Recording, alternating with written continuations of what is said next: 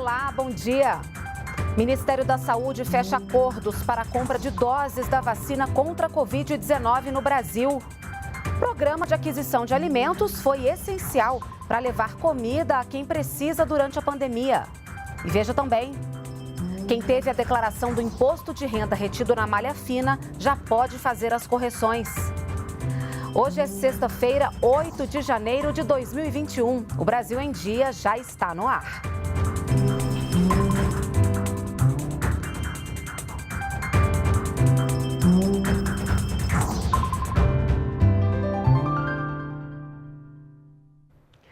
São 8 horas da manhã e nós estamos ao vivo também pelas redes sociais.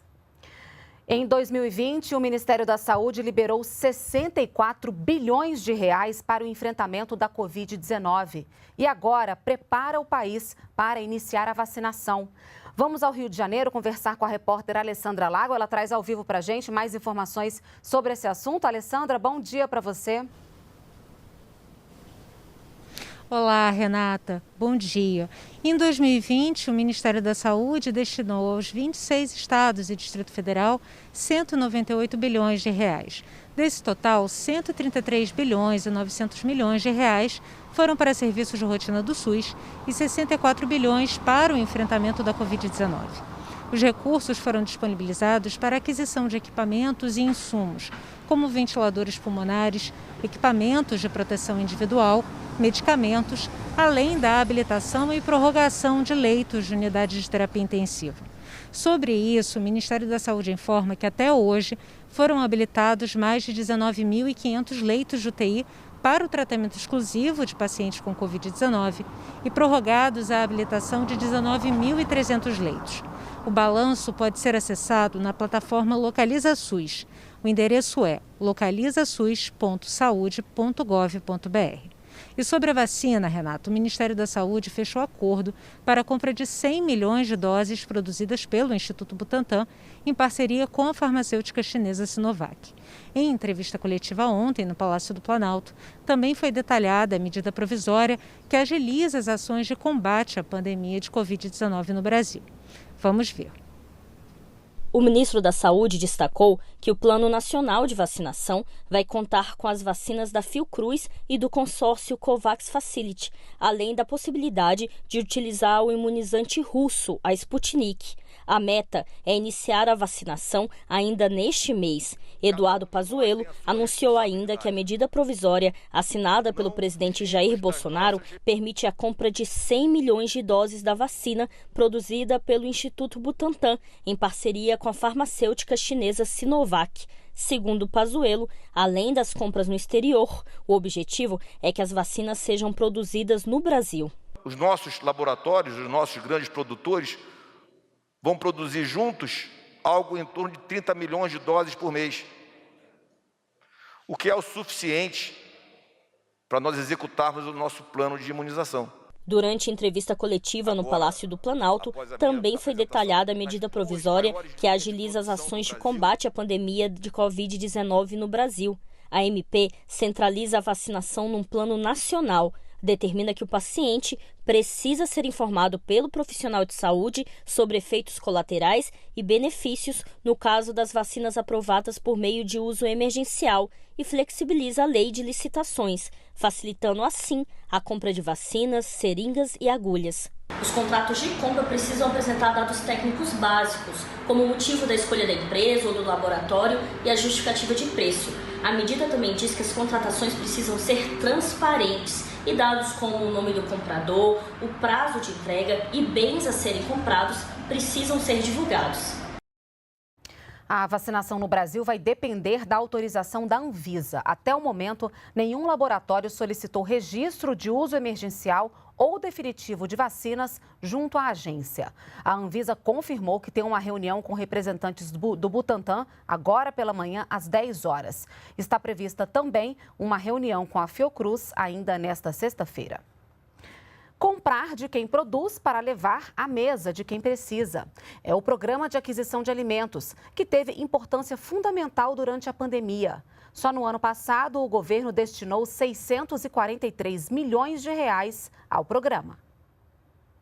Pimentão, tomate, batata doce, o Elton planta de tudo um pouco. Para ele, a dificuldade é comercializar os produtos. Por isso, a saída veio com o Programa de Aquisição de Alimentos, o PAA, que em 2020 beneficiou mais de 70 mil pequenos produtores. Achei muito bom e muito satisfatório os programas do governo que têm incentivado o pequeno agricultor a continuar a produzir em pequena escala e dando valor um pouco mais ao produto do pequeno produtor rural. No total, o governo destinou 643 milhões de reais para o programa, o maior investimento dos últimos 6 anos.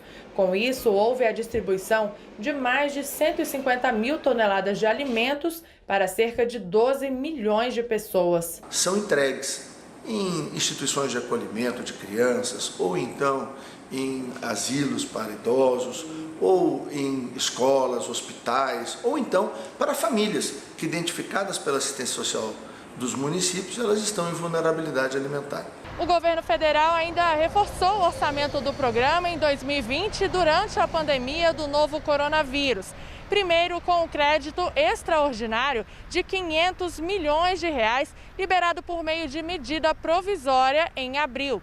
E em setembro, por meio de uma portaria, liberou cerca de 73 milhões adicionais. Outra frente do programa foi o incentivo à produção e ao consumo de leite.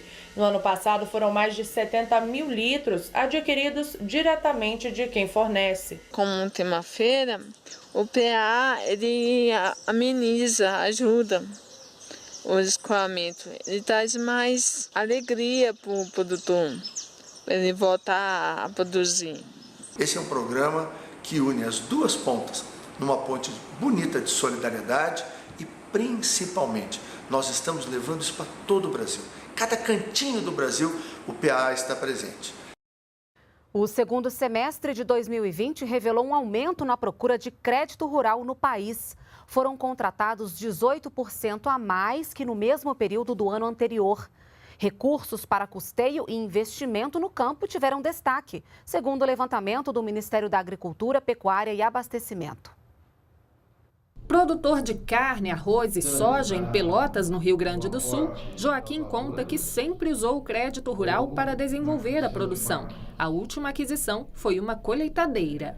Ultimamente comprei uma ceifa, uma John Deere, que foi o último equipamento financiado pelo banco.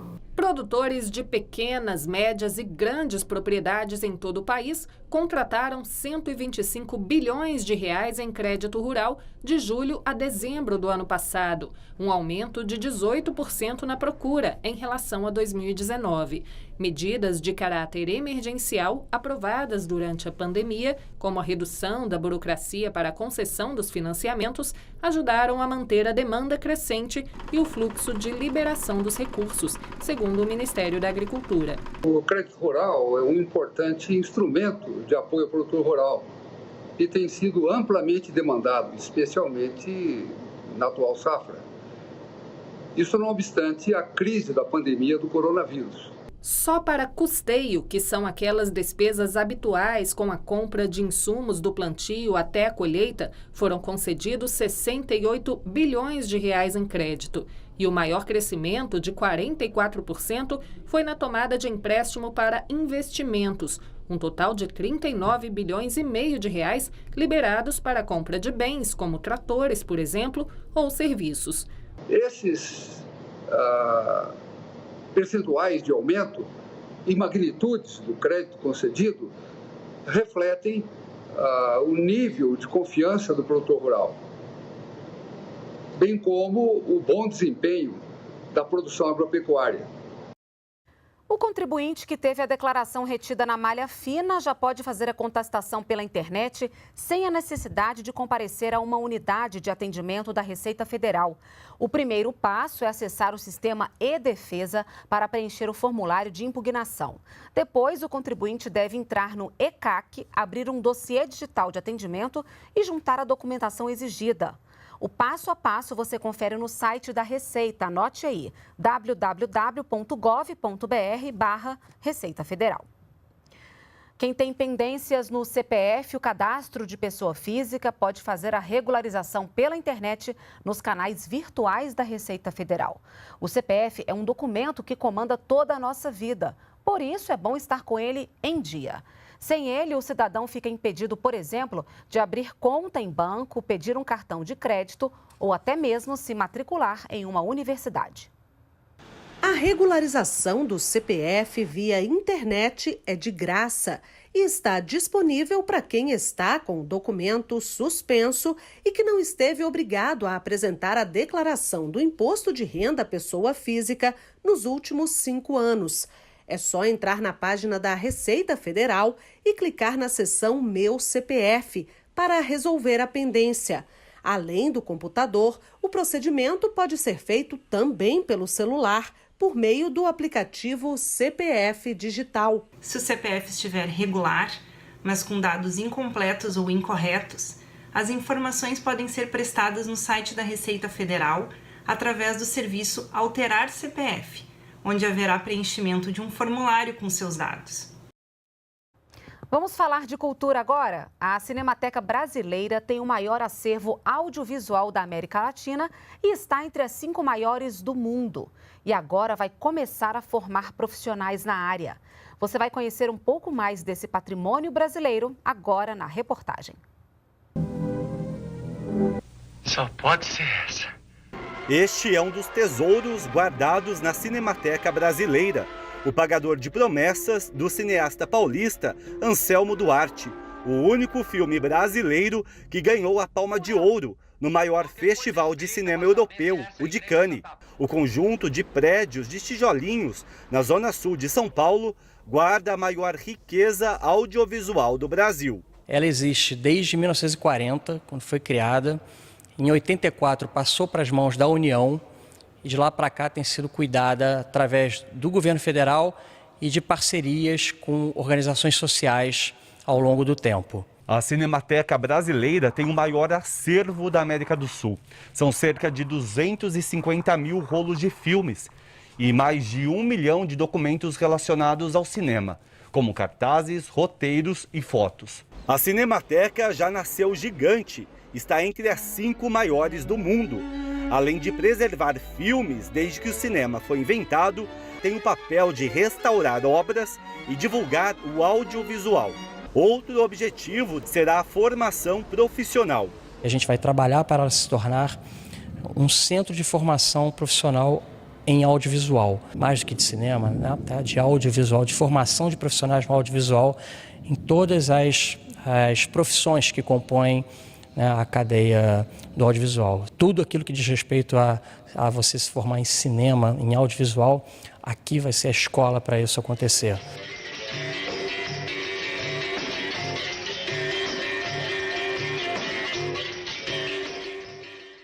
O presidente Jair Bolsonaro recebe nesta manhã no Palácio do Planalto o ministro dos Negócios Estrangeiros do Japão, Motegi Toshimitsu.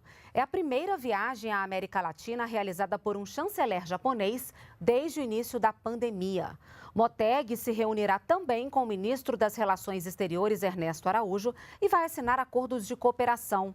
O Japão é um dos principais parceiros comerciais do Brasil na Ásia. A comunidade brasileira lá no Japão é a 3ª maior no exterior, com cerca de 200 mil pessoas. Já a comunidade japonesa aqui no Brasil é de cerca de 2 milhões de pessoas, a maior população de origem nipônica fora do país asiático. O Brasil em Dia fica por aqui. Você pode nos acompanhar também pelas redes sociais. Um ótimo fim de semana para você e até segunda-feira. Até lá!